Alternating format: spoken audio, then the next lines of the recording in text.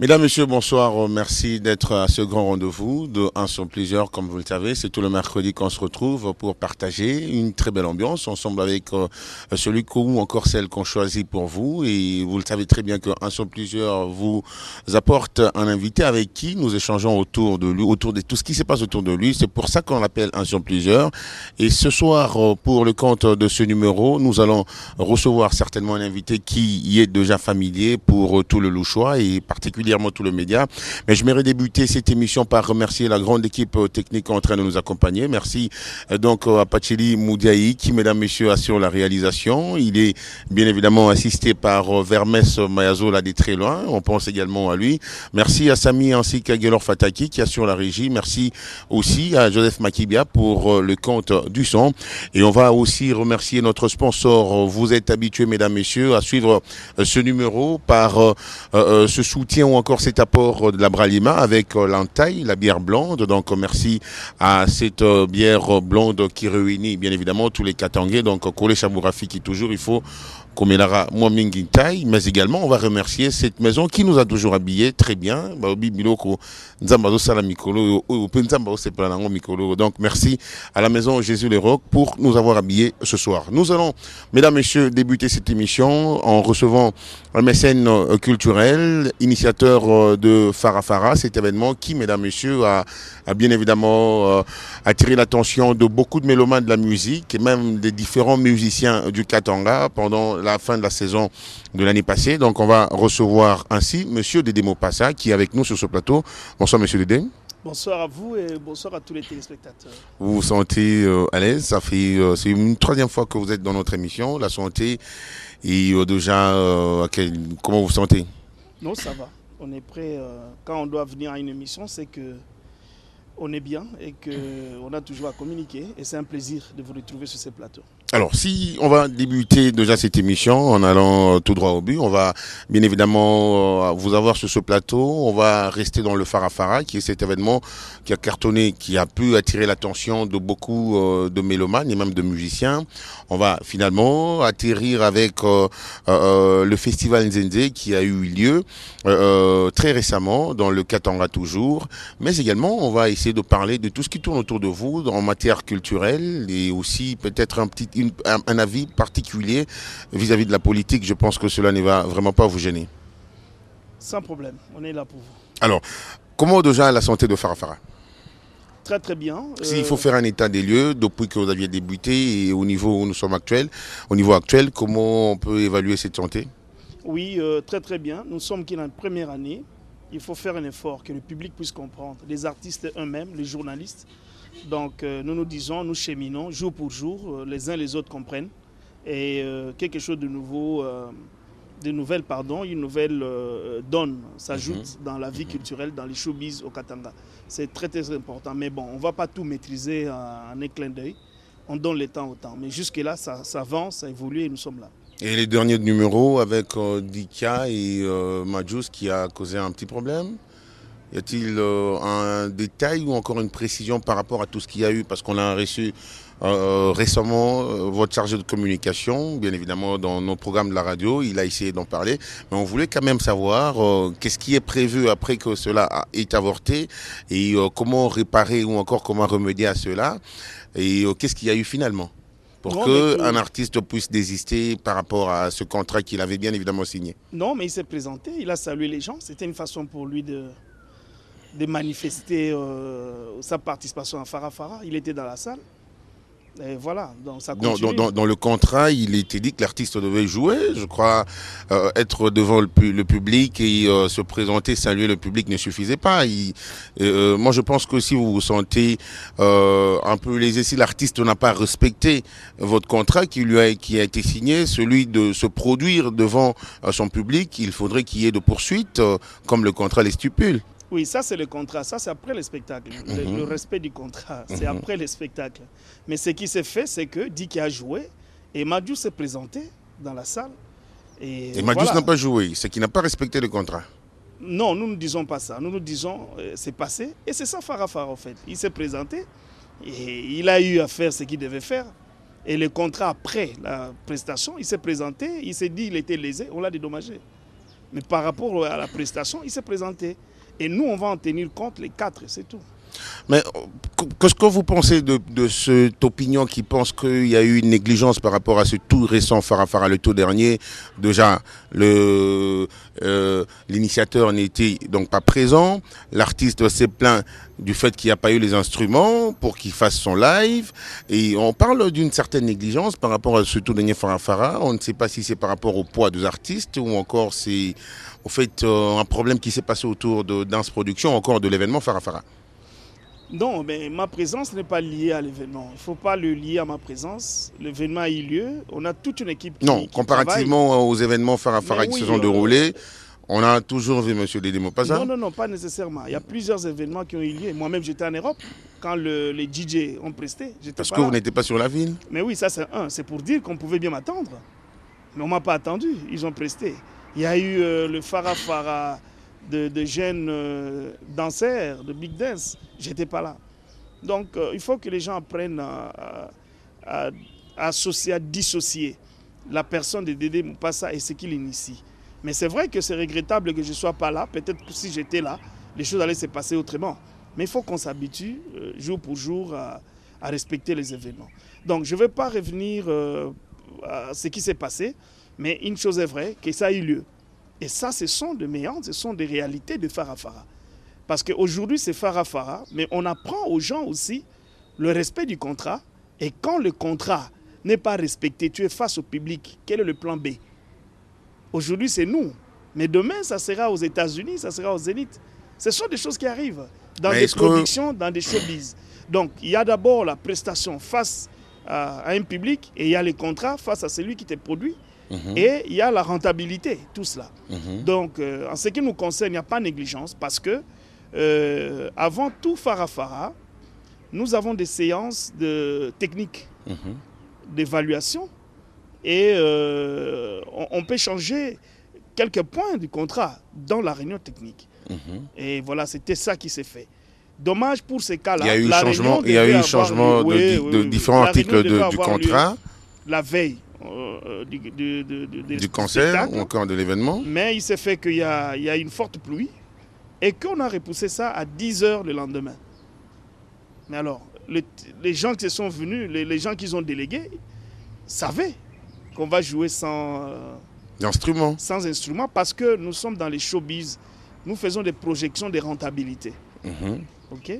Alors, si ensemble, on sait dire qu'on ne gagnera pas quand on amène les instruments et qu'on peut avoir une approche pour plaire la clientèle, de jouer sans instruments, équipement, donc faire le playback. Donc on peut les juger dans une réunion, ce n'est pas un problème.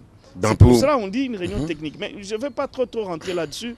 J'ai dit ce sont des méandres de production et nous devons nous habituer à cela. Et vous aviez tiré tous de leçons, de deux parties, je crois. Non, nous on savait ce qui arriverait. C'est comme ça qu'aussitôt que c'est arrivé, on a fait. Nous sommes des professionnels. Nous sommes des professionnels. Mais M. Dédé Mopassa, oui, c'est vrai que vous êtes professionnel pour organiser un concert de jazz, Farafara, des artistes musiciens, je pense que c'est un concert. Et le préalable pour organiser un concert, c'est au moins réunir les instruments de musique. Non, vont faciliter, un préalable d'une production musicale, c'est réunir les instruments de musique. Il y a eu les instruments. Comment Dick a presté s'il n'y avait pas des instruments de musique? Dick a presté. Ah oui, il a presté. Bon, vous savez, ici, moi je vais rester producteur, je vais rester mécène, moi je n'ai pas un public. Mais ce sont des artistes qui ont du public. En dehors du contrat que tu signes avec ton producteur, il y a aussi ton public et tu signes un contrat pour avoir acheté un billet ou pour se déplacer pour venir vous applaudir. Donc ce sont des contrats qui se retrouvent dans des événements. Et c'est cela la leçon, comme tu l'as dit, que chacun doit tirer. Mais moi j'étais très content que Manjou soit dans la salle et qu'il estime que s'il n'a pas... qu'il renverse le micro. Bouder, c'est pas ça. Non, bouder, c'est pas cela. Qu'il renverse le micro. Qu'il estime que lui ne peut pas jouer sans instrument. Mais ce qu'il m'a dit, il dit, même s'il pouvait faire le playback se prépare. Et qui n'a pas préparé le playback, lui n'était prêt que pour les lives. Donc, comme il n'y avait pas des instruments, il ne pouvait pas faire les lives. Est-ce que, monsieur Dédé Maupassant, on pourra dire que la maison d'Ins, vis-à-vis à ce tout dernier Farafara, la maison d'Ins a failli?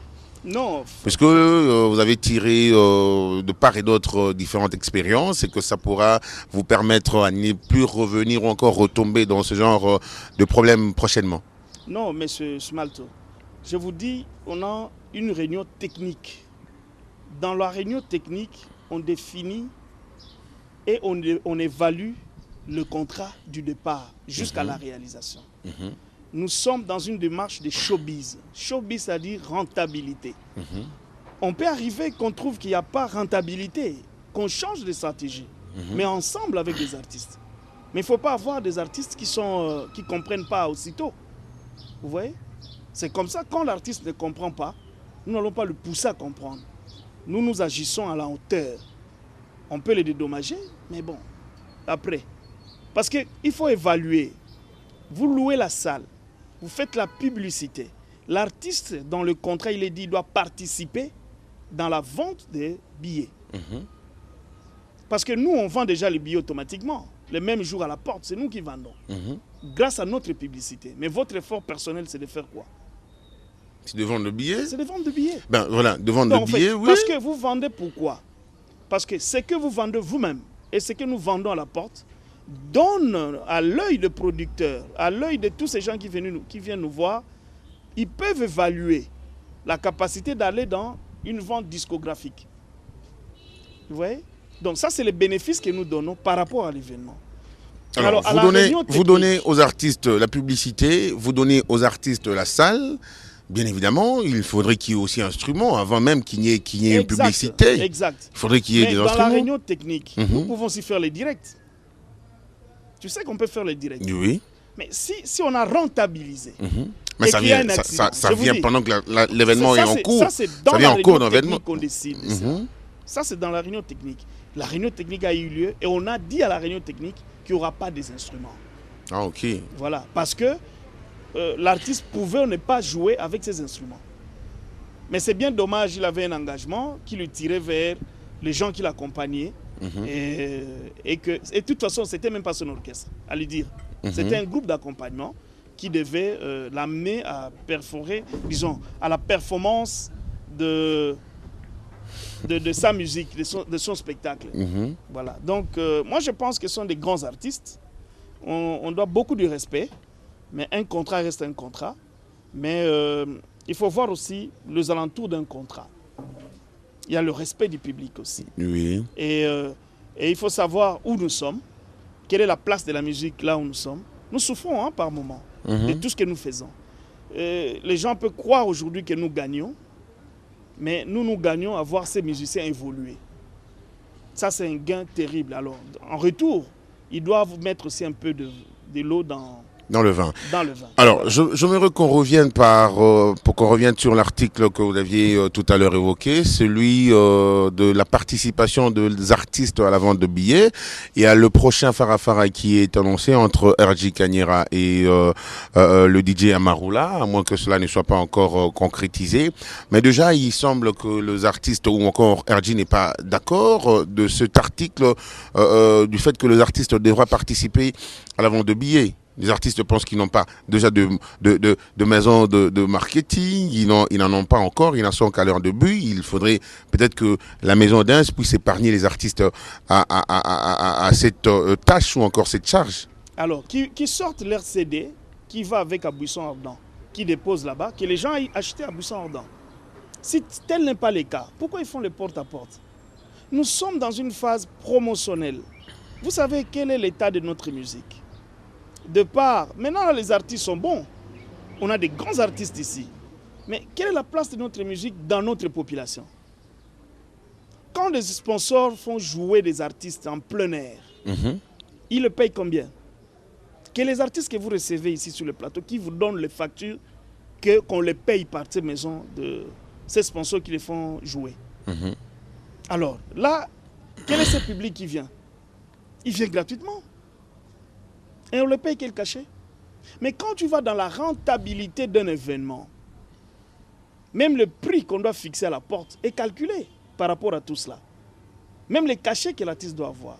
Alors, dans cette révolution culturelle, d'imposition de notre musique dans notre milieu, il est souhaitable que tout un chacun puisse participer, même vous les journalistes, et tout le monde. Nous venons de très loin.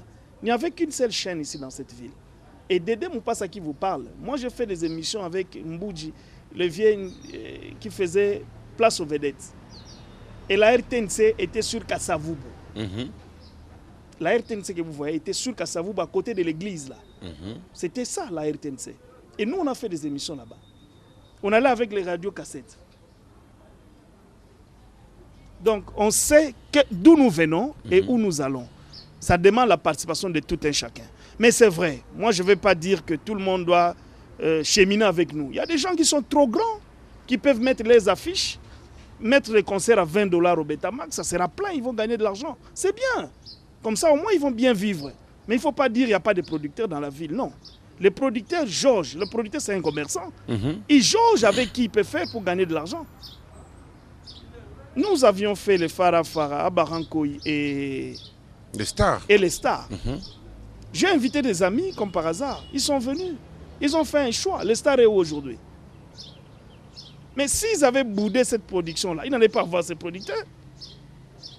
Parlons du groupe.